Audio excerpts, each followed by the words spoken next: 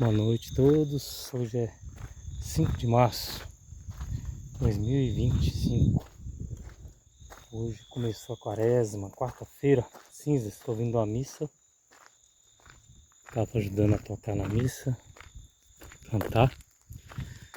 Aqui não dá para ver, mas eu estou indo para comunitário em Serra dos Pios.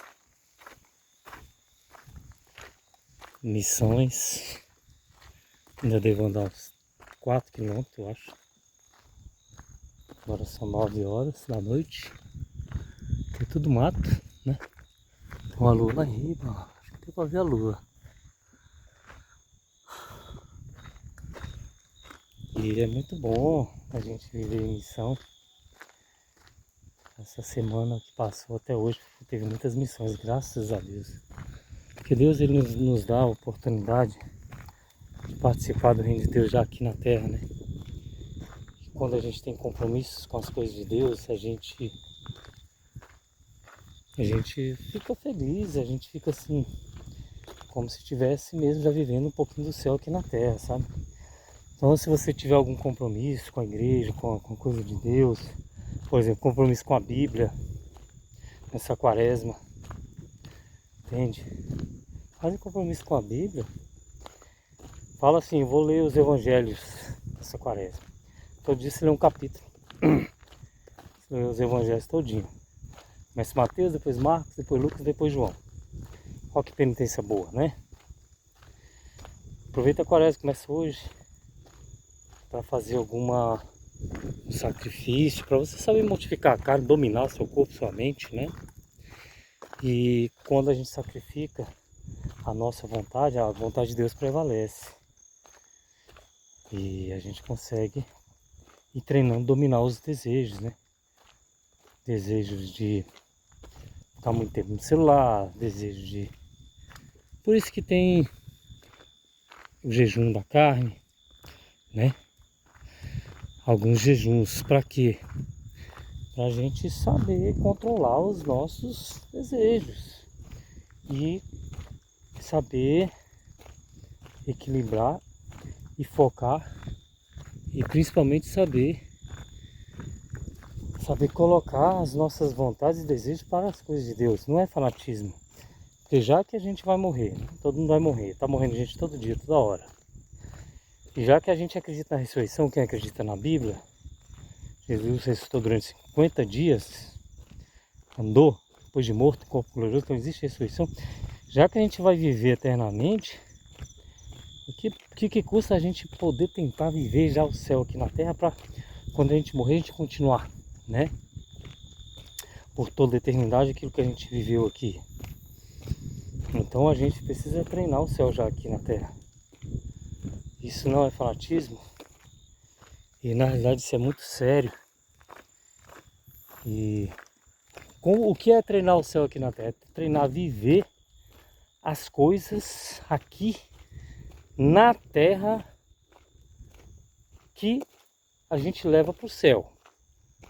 Por isso que Mateus 6,33 fala: buscar em primeiro lugar o reino de Deus e todas as coisas serão dadas em acréscimo.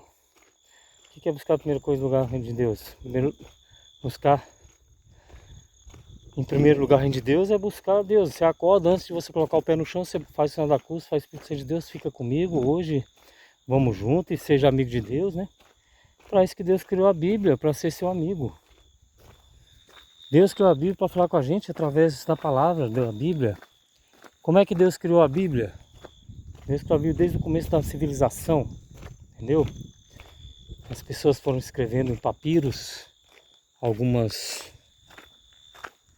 momentos com Deus, em papiros, em cerâmicas. E aí foi se juntando e fizeram algum compilado ali no Torá também, Torá dos judeus, né? Torá, a Bíblia dos judeus. E Moisés pegou os 5 primeiros livros da Torá, que é o Pentatêutico, e assim ele escreveu os 5 livros da Bíblia, e assim teve os profetas, foi colocando, foi vendo vários livros que eram escritos, 300 anos depois do nascimento de Cristo, da morte de Cristo, que as profecias foram cumpridas com Cristo. Cristo falava para que se cumpram as profecias. E aí quando os 250 anos depois que Jesus Cristo morreu, aí começou a se escolher os livros que ia formar a Bíblia, que é o conjunto de livros. Bíblia vem de biblioteca. E aí juntou várias pessoas que tinham discernimento espiritual para saber o que poderia colocar na Bíblia, o que era discernimento, o que era a moção do Espírito Santo para aquelas pessoas que realmente poderia formar essa Bíblia. Aí tinha algumas outros livros que não podiam, né, entrar na Bíblia, porque confundia, porque a pessoa que recebeu do Espírito Santo de Deus a moção para escrever, não escreveu ainda com bastante moção, porque os nossos são pecadores. Por isso que muitas coisas da Bíblia a gente fala, oh, meu Deus, como é que Deus faz isso? Não é que Deus faz daquele jeito, aquele jeito foi o que o ser humano escreveu, né? Não é exatamente, é o jeito, a forma que a pessoa que escreveu falou aquilo naquele momento. Então a Bíblia, ela foi reunida, todos os livros que poderiam ser reunidos, e a Bíblia e os profetas que foram, e as coisas que se profetizaram em Jesus colocaram na Bíblia, né? O profeta só é profeta quando se profetiza a profecia. E todos os livros, e aí colocou depois os livros, né, que veio depois de Jesus, as cartas de Paulo, né? Veio os evangelhos, um evangelho escrito por 4 evangelistas, cada um do seu jeito, porque cada um tem uma maneira de expressar a ação de Deus na sua vida, como nós temos, e assim cada um que lê se identifica com cada um, né? Você se identifica às vezes com Mateus, às vezes com Marcos, outro às vezes com Lucas, outro às vezes com João. E aí lá tem a carta de Pedro, tem os evangelhos, tem o Apocalipse, a última da Bíblia, que foi escrito por São João. João escreveu na ilha de Patmos, Apocalipse, a velhinho, que fala da igreja, fala da segunda vinda de Jesus. Então, você pode muito bem entender que a Bíblia é uma coisa séria, porque até além disso, nesse momento tem gente estudando a Bíblia para ver se acha algum erro, para ver se acha algum, próprios ateus não acham erro na Bíblia. E faz é confirmar que tudo que estava escrito foi confirmado historicamente, tudo, até os milagres foram feitos. Aí os ateus não acreditam em Deus, né, na divindade, acham que Jesus é um ser que foi melhorando aqui na Terra. Eles acreditam em Jesus, mas não no Deus.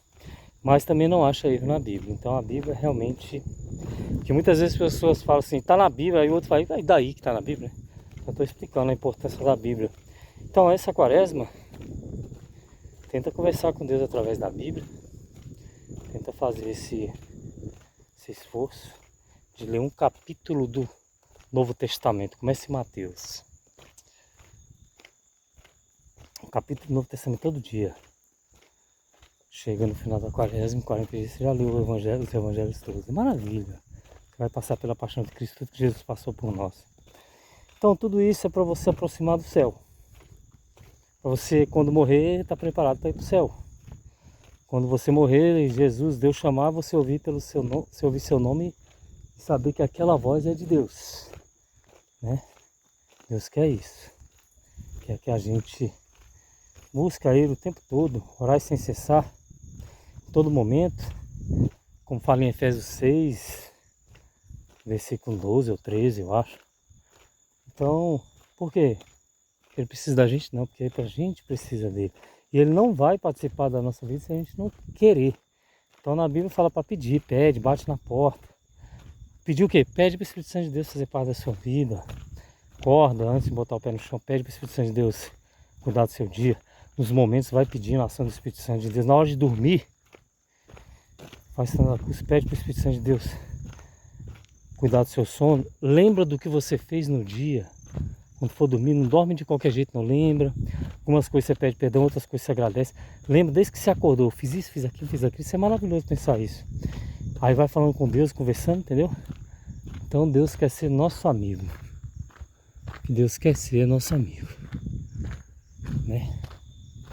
Então eu te aconselho a fazer essa pequena penitência no dia dessa quaresma. Se aproximar de Deus através da Bíblia. Antes de ler a Bíblia, você pede a Espírito de Deus para ter um entendimento. E bem, se você não entender, não tem problema. No outro dia você lê de novo. Entendeu? No outro dia você lê de novo. Vai lendo, vai lendo. Daqui a pouco você já começa a entrar, perceber. Ler como se estivesse conversando com Deus, entendeu? Então essa é a minha dica, né?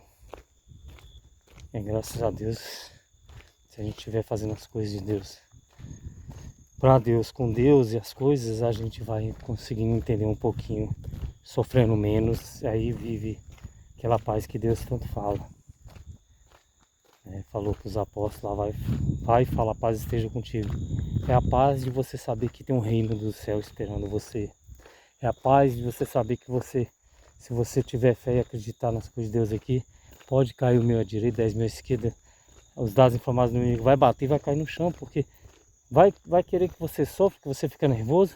Acontece um desastre que a gente acha que é desastre, acontece uma coisa, você vai ficar assim, seja feita a vontade de Deus. Então você vai ver em paz, essa é a grande palavra, em paz. Mas para isso você tem que entender, e para entender você tem que ler a Bíblia, não tem jeito. Então vou deixar essa missão para nós hoje. Aqui, já estou na encruzilhada aqui, em vez de direto eu vou virar aqui. Aí agora eu vou pegar outra rua aqui, andar mais 1 quilômetro e pouco. Depois eu desço, ando mais uns 2 quilômetros. E assim eu vou, devagarzinho chegar em casa. Chegar na comunidade de oração Vila Pisciata dos Pios, descansar. Amanhã começa um novo dia. Espero que para você também seja sempre um dia de alegria, de paz interior. Louvado seja nosso Senhor Jesus Cristo, para sempre seja louvado.